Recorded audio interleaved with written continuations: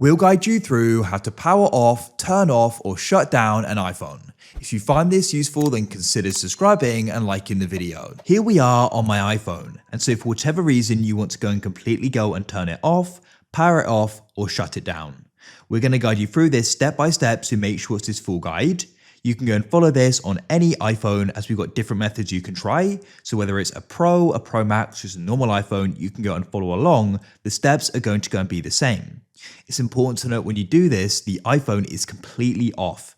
So therefore, phone calls aren't going to come through, notifications are not going to come through, so you can go and miss important things. However, if you're trying to do something like save the battery or something like that, you can go and save it because the iPhone is not going to be on. So we're going to guide you through this step by step, and you can go and decide on the method you want to go and use.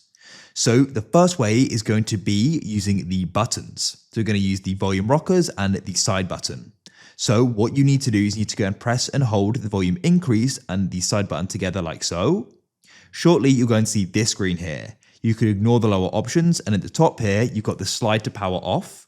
So all you need to do is tap, hold, and drag this all across. Then you need to go and release. And the iPhone is going to go and be powered off, and it will shut down, and it's completely turned off.